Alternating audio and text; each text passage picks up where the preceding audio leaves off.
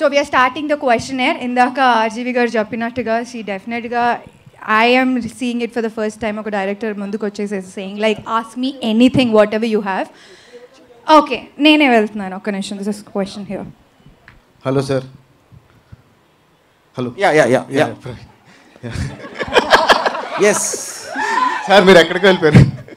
Yeah, ఈ dangerous అనే movie తీయాలని మీకు ఎప్పుడు అనిపించింది, ఎలా అనిపించింది, ఎందుకు అనిపించింది? ఆస్క్ ఎనీథింగ్ అన్న ప్రోగ్రామ్ సార్ ఎంత బోరింగ్ క్వశ్చన్ అడిగింది. అరే ఏంటండి మీరు ఎనీథింగ్ అన్నారు కదా? ఎనీథింగ్ అంటున్నా. ఎందుకు అనిపించింది అంటే అరే ఒకరోజు కల అరే as I said, first of all dangerous cinema అనేది మర్చిపోదు. డేంజరస్ అని చెప్పలేదు కదా, లవ్, సెక్స్ అండ్ లెస్బియన్స్ అని చెప్పా. ఓకే, మీ లవ్ గురించో సెక్స్ గురించి దాని కాకుండా డేంజరస్ అనేది మర్చిపోండి సినిమా. సో మీరు ఇప్పుడు ఏం లవ్ చేయట్లేదా సార్? ఇప్పుడు నేను చాలా మందిని లవ్ చేస్తాను. అంటే నాకు తెలియని రోజుల్లో ఒకళ్ళు అని పట్టుకున్నాను. జ్ఞానం తర్వాత బుద్ధుడికి జ్ఞానోదయం అయినట్టు నాకు ఒకరోజు 4 ఓడకాలు అయ్యింది.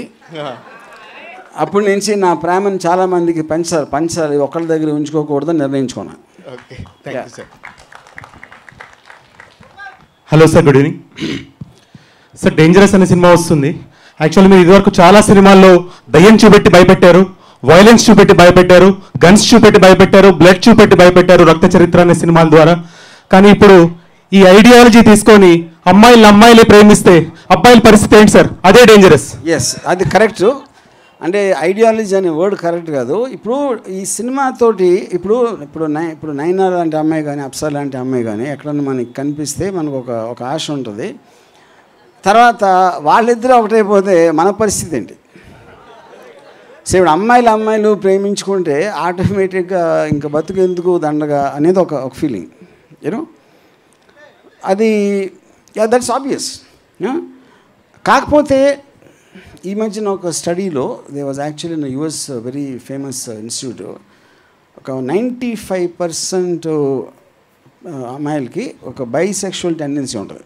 అమ్మాయిలు ఇష్టం, అబ్బాయిలు కూడా ఇష్టం. అంటే మనకి ఇంకా కొంచెం 50% ఛాన్స్ ఉంది. యా సార్, ఐ థింక్ మీకు ఆల్రెడీ తెలిసే ఉంటుంది మీరు ఎంత ఫేమస్. కానీ I see in near future, అంటే ఒక 100 years లోపల ఖచ్చితంగా స్టాచ్యూ ఆఫ్ ఈక్వాలిటీ లాగా స్టాచ్యూ ఆఫ్ ఆర్జీవీ ఖచ్చితంగా ఉంటుందండి ఇండియాలో. అంటే ఏమో సార్, నాకు అది అర్థం కాల. అది అర్థమైంది. కానీ ఇప్పుడు నాకు బేసిక్ అని అంటే ఒక చిన్న ఎగ్జాంపుల్ చెప్తాను మీకు. నేను అది ఒక some time back Revathi actress ఉన్నారు కదా, తమిళ యాక్ట్రెస్, మణిరత్నం గారు ఫ్లాప్ తీస్తే I don't know what happen to money sir అనేది. నేను ఫ్లాప్ తీస్తే I want to kick your ass అనేది. అందుకని నన్ను ఎవరన్నా రెస్పెక్ట్ చేస్తే నాకు భయం వేసేస్తుంది. మీకు మంచి స్టాచ్యూ ఉంటుంది, అది ఉంటుంది, యూనో. సో అప్పుడు ఏంటంటే ఇలా మన కె విశ్వనాథ్ గారిని శంకరాభరణం తర్వాత షాల్వగా పేసి ఇంటికి పంపించారు. అందుకని నేను రెస్పెక్ట్ అంటే నాకు ఎలర్జీ ఫస్ట్. Okay, yeah. హేట్రెడ్తో కూడా పెట్టచ్చు కదా సార్ స్టాచ్యూ? Hatred also. అంటే అప్పుడు మీకు ఇది మారాలి. అంటే అప్పుడు ఎలాంటిది ఉండాలంటే ఇప్పుడు అప్సరా నైనా స్టాచ్యూస్ ఉండి నేను వాళ్ళ కాళ్ళ దగ్గర కూర్చొని ఉంటాము, అలాంటిది ఉంటే okay. Yeah, I will be remembered like that. So I actually have 3 questions, sir. One is for your first question. So sir, ఒక రిలేషన్లో, లవ్ అనే రిలేషన్లో what is beyond sex in your opinion? What is beyond sex? Nothing. It is everything. Yeah, you are right. And this question is for the heroines. Bro, Woody Allen ఒక మాట అన్నాడు, love without sex is as ridiculous as sex without love అన్నాడు. So that should tell the answer. So for Naina and Apsara, at any point of your life, have you ever come across these scenarios like lesbians, and have you ever felt the inner feelings like lesbian?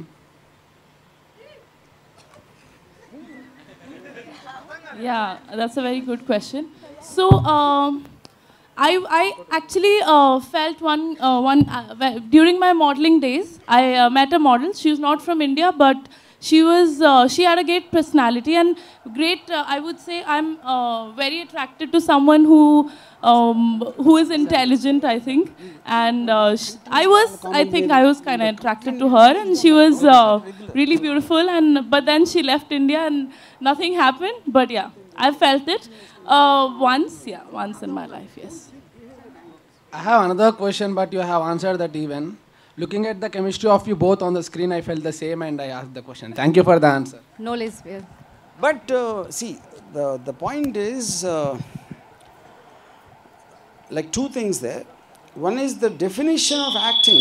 If somebody is showing violence, somebody is showing a kind of a thing, the whole point of acting is to be able to convince the person that actually the actor is feeling that. Yeah. But having said that, I suspect that they have those feelings. This is my suspicion. Because the way Naina kissed Apsara, you know, na yanta top actor aina inko magavanu ala kiss cheyagaldanu nenu anukovatla. Impossible. Yeah. Sir, yes. Good evening, sir. Good evening, everyone. My name is Harshni. I'm a transgender woman. So, I'm working as a LGBTQI rights activist. So, జెండర్స్ని base చేసుకుని చాలా movies వస్తున్నాయి. చాలామందికి సొసైటీలో తెలియదు కూడా LGBTQI plus ఏంటి అనేది. సో మీరు లెస్బియన్స్ మీద లవ్ సెక్స్ గురించి ఒక మూవీ తీశారు.